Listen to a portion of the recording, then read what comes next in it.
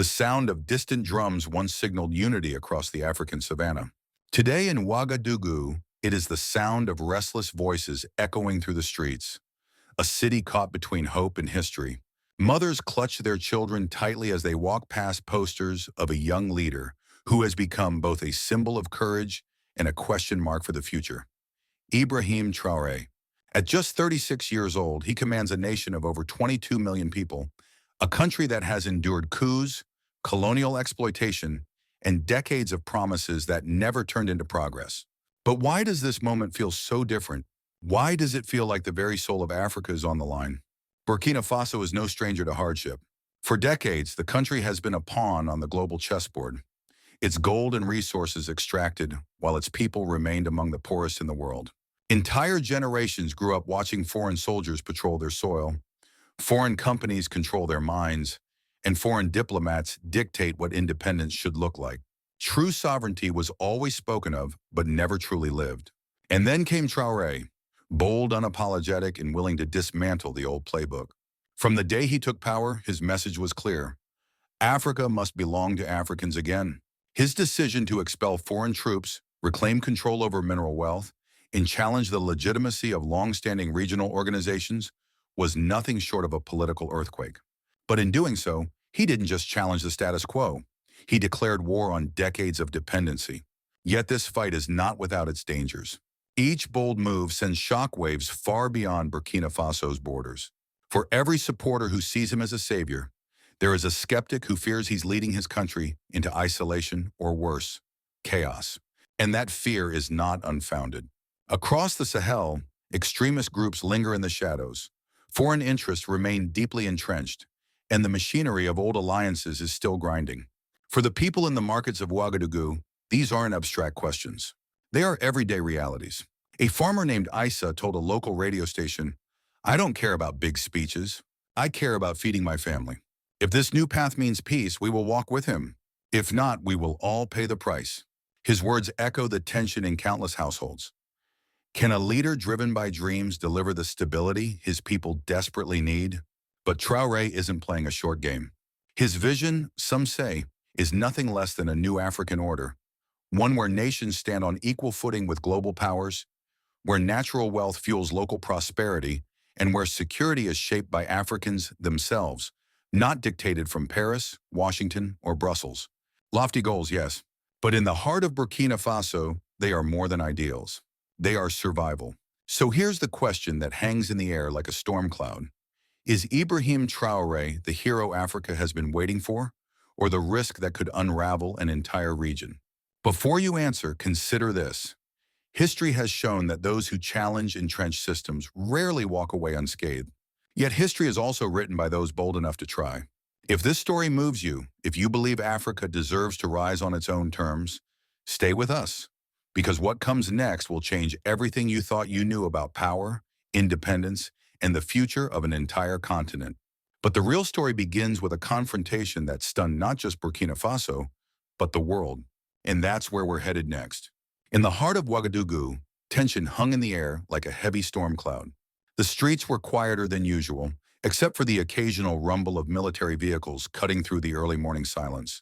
People peered through half-open windows, sensing that something extraordinary was unfolding, a moment that could redefine Burkina Faso's future. What they didn't know was that their nation's leader, Ibrahim Traoré, had just thrown down a gauntlet that would echo far beyond West Africa. The spark came from a single but uncompromising decision. Traoré had demanded the complete withdrawal of foreign military forces still operating within the country's borders. For decades, these forces had been presented as partners in security, supposedly defending Burkina Faso from the growing threat of insurgency. Yet many citizens had come to see their presence as a double-edged sword, security that masked dependency, protection that carried the price of sovereignty. According to local reports, more than 1,500 foreign troops and contractors were still stationed in strategic bases across the nation, controlling not just military operations, but also critical intelligence channels. For years, African leaders had accepted this arrangement as unavoidable, citing the lack of resources and the complexity of combating terrorism without foreign support. But Traoré wasn't willing to maintain that status quo any longer. His speech to the nation was simple yet defiant. No country can claim freedom if its soil hosts armies that answer to another flag. Those words were more than rhetoric. They were the opening salvo of a political and military transformation that no one had anticipated arriving so soon. Behind the scenes, this move had been building for months. Sources close to the presidency revealed that Burkina Faso had been quietly restructuring its defense apparatus, stockpiling weapons acquired through new trade agreements, and training special units for autonomous operations. The message was unmistakable. Burkina Faso would no longer outsource its security to foreign powers. Military convoys rolled out to key installations as local forces moved to replace foreign personnel. Checkpoints sprang up across Ouagadougou, and the once muted hum of armored vehicles became a declaration of sovereignty. On the ground, ordinary citizens experienced the tension in deeply personal ways. A shopkeeper named Mamadou, whose family lived near one of the foreign bases, described the atmosphere in raw terms. "We woke up to soldiers everywhere. Our soldiers, not theirs. For the first time in years, I felt like this land belongs to us again. But it is scary too. What will happen if they come back?" His words captured the fragile mix of hope and fear that pulsed through the streets that day. What made this moment even more dramatic was its stark historical contrast. For decades, Burkina Faso had been seen as a pawn on the global chessboard, a small, resource-rich country subject to the influence of foreign powers. Traoré's defiance flipped that script. Historians compared it to the early independence movements of the 1960s, when African nations first broke free from colonial control. But this was different. It wasn't just a fight for flags and anthems. It was about reclaiming real power, economic, military, and political, from the grip of 20th century neo-colonialism. International reaction was swift and sharp. While some regional leaders quietly applauded Traoré's boldness, global media painted the move as reckless and dangerous. Analysts warned of economic sanctions, diplomatic isolation, even covert destabilization efforts aimed at reversing his policies. Security experts speculated that the vacuum left by foreign forces could embolden extremist groups. Yet Traoré remained unwavering, declaring that security without sovereignty is an illusion. This was not just a military repositioning, it was a radical redefinition of national identity. Every armored vehicle in the streets, every flag flying over a reclaimed base, sent a message to Africa and the world. Burkina Faso was no longer asking for independence. It was living it.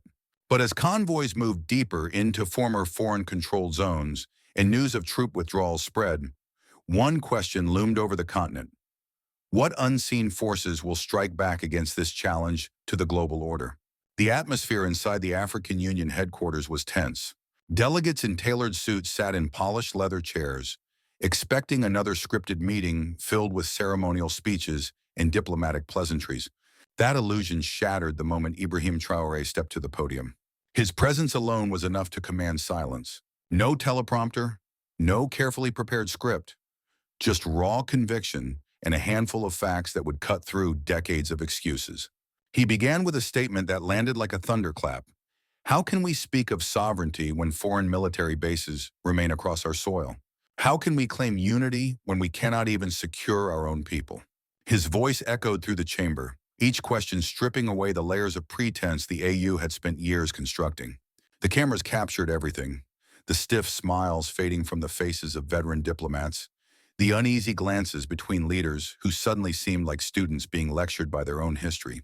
For decades, the AU had operated like a theater.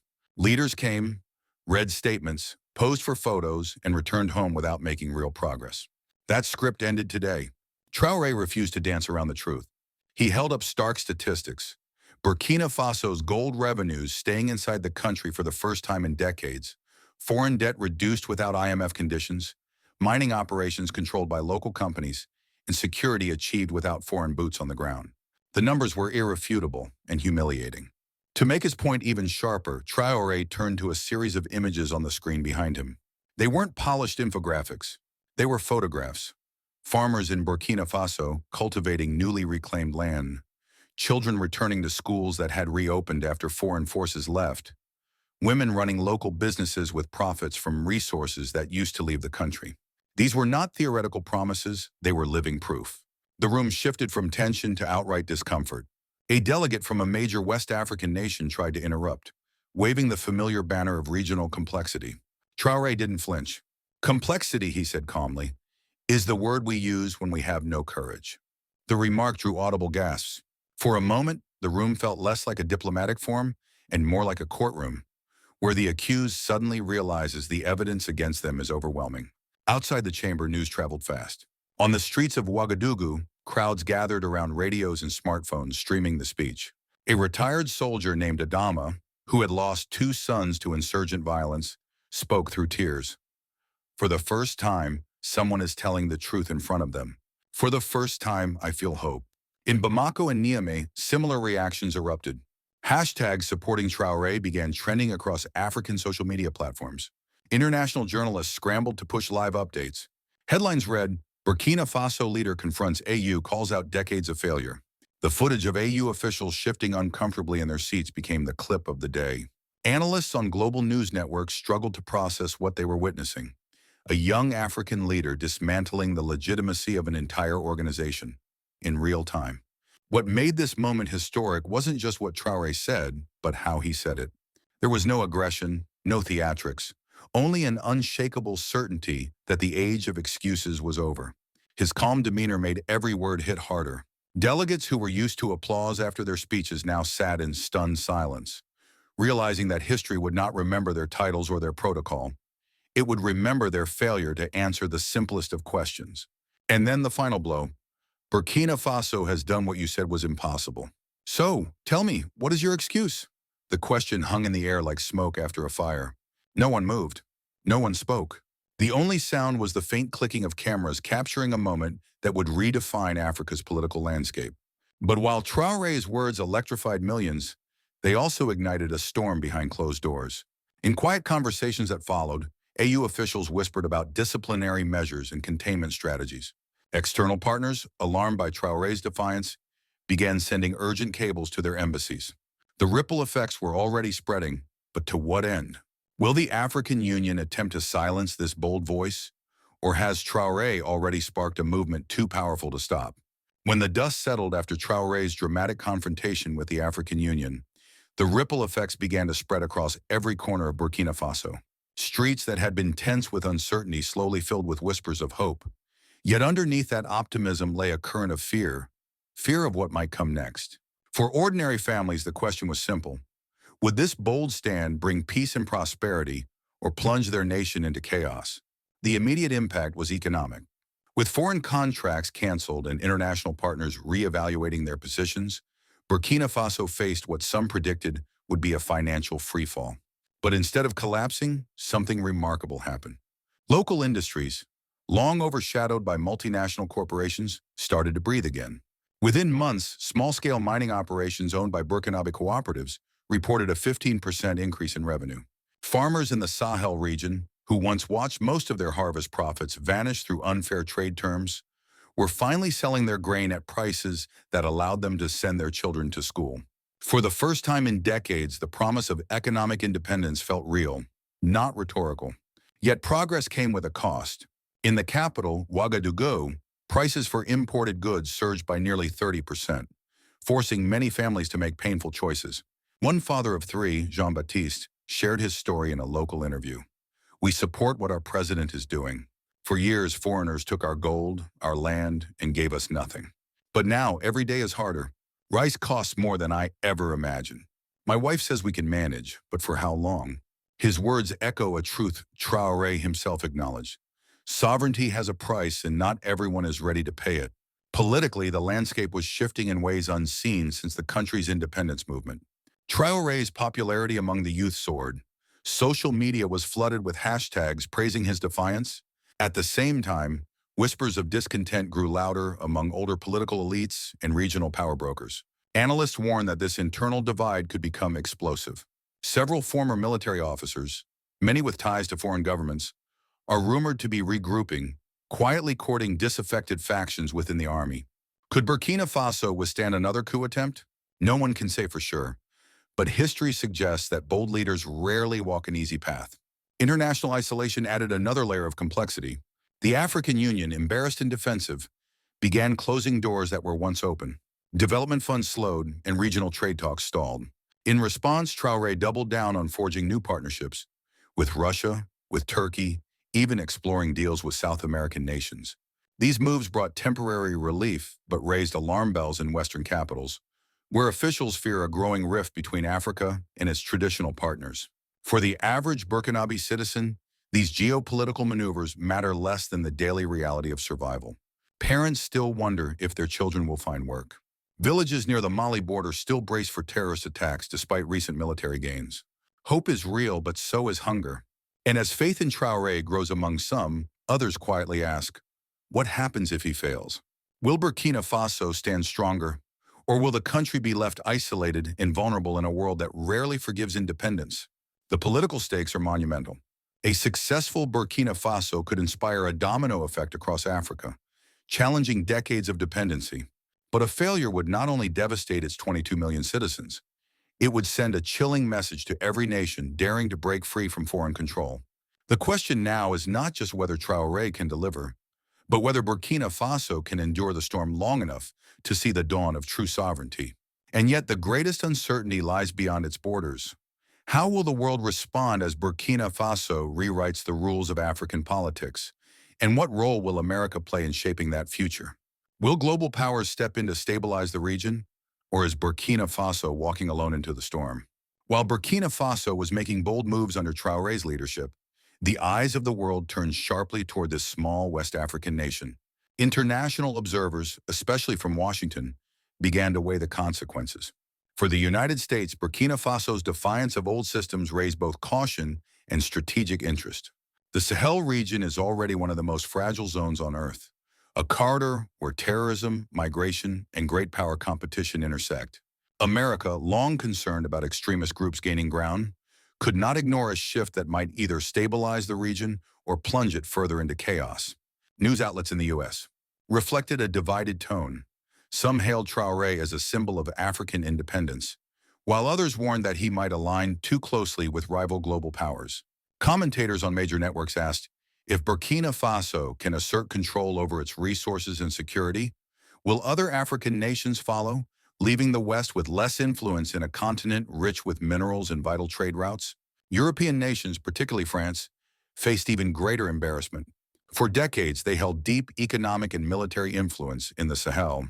But Traoré's clear rejection of foreign military bases and his push to reclaim control of Burkina Faso's mining sector struck directly at Europe's old arrangements. Across the continent, leaders watched closely. Mali and Niger were already charting similar paths. If the movement spread further, the entire post-colonial order in Africa could unravel faster than anyone predicted. Meanwhile, Russia and China saw opportunity. Russian commentators praised Burkina Faso's courage, framing it as part of a broader push against Western dominance. China, careful with words but active with investments, hinted at deeper trade partnerships. The international chessboard was shifting, and Burkina Faso, once seen as marginal, had suddenly become a central piece in global strategy. For America, the dilemma was stark.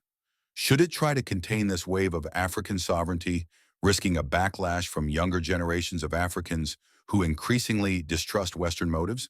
Or should it attempt to engage with leaders like Traoré, hoping to shape outcomes before rivals do? The questions have no easy answers, but the stakes are enormous. The path Washington chooses could determine whether the Sahel becomes a zone of renewed stability or a flashpoint for the next great power confrontation. Could this be the beginning of a larger crisis that redraws the balance of power, not only in Africa, but across the world? When we step back and look at the entire chain of events, it becomes clear that Burkina Faso's confrontation with powerful international structures is more than just a national struggle. It is the reflection of a larger storm brewing across Africa. What we are witnessing is not just a young leader challenging an organization, but an entire generation refusing to accept old compromises. That shift, if it spreads, could redefine Africa's role in the world. But with such change comes uncertainty. If more African countries follow Burkina Faso's example, international powers that have long relied on Africa's resources may not step aside quietly. The Sahel, already fragile, could become the front line of new battles, not only over security, but over economic independence and political sovereignty. There is also the question of resilience. Can Burkina Faso sustain the reforms it has started without being crushed by external pressure? History shows us that when smaller nations attempted to break free from entrenched systems, they often faced intense retaliation, whether through economic sanctions, political isolation, or even covert operations. The uncomfortable truth is that the world may not allow Burkina Faso's example to grow unchecked. And if that is the case, the next chapter of this struggle may be harsher than anything we have seen so far. Imagine for a moment what might happen if the African Union refuses to reform and instead continues to act as a buffer between external powers and African people. Will nations like Mali, Niger, or even Ghana be forced to abandon it altogether? If that happens, we may witness the rise of parallel alliances, coalitions of states determined to pursue true independence outside of existing frameworks. Such a development could shake the global order in ways few are prepared for. It could trigger financial instability, sudden shifts in trade routes, and even military standoffs. The question is not whether the world is watching, but whether it is ready for such a transformation. And what about the United States? For decades, Washington has considered stability in Africa as part of its own national security equation.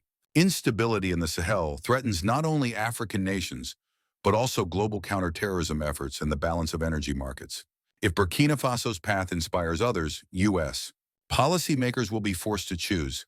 Will they recognize and adapt to this new African assertiveness, or will they try to preserve the old order through pressure and intervention? For ordinary Americans, especially those who remember past decades of Cold War maneuvering, this is a familiar question. History tends to repeat itself when powers fail to learn its lessons. Burkina Faso today stands as both a warning and a beacon. A warning because the road to independence is rarely smooth and often comes at a high cost.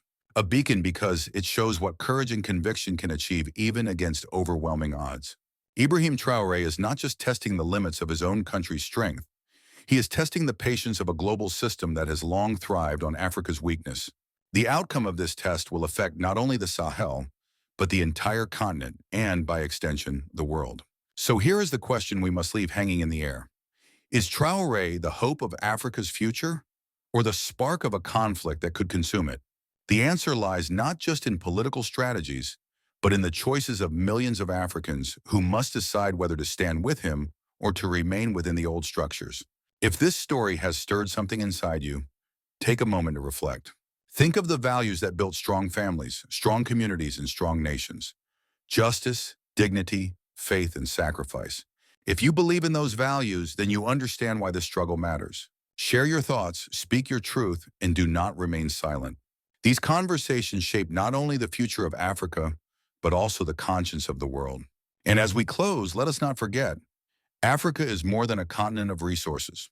It is a land of spirit, faith, and resilience. May God bless the people who rise with courage. May He protect those who fight for their families, their sovereignty, and their dignity. And may we all remember that the measure of a nation's greatness is not in its wealth, but in its will to stand free.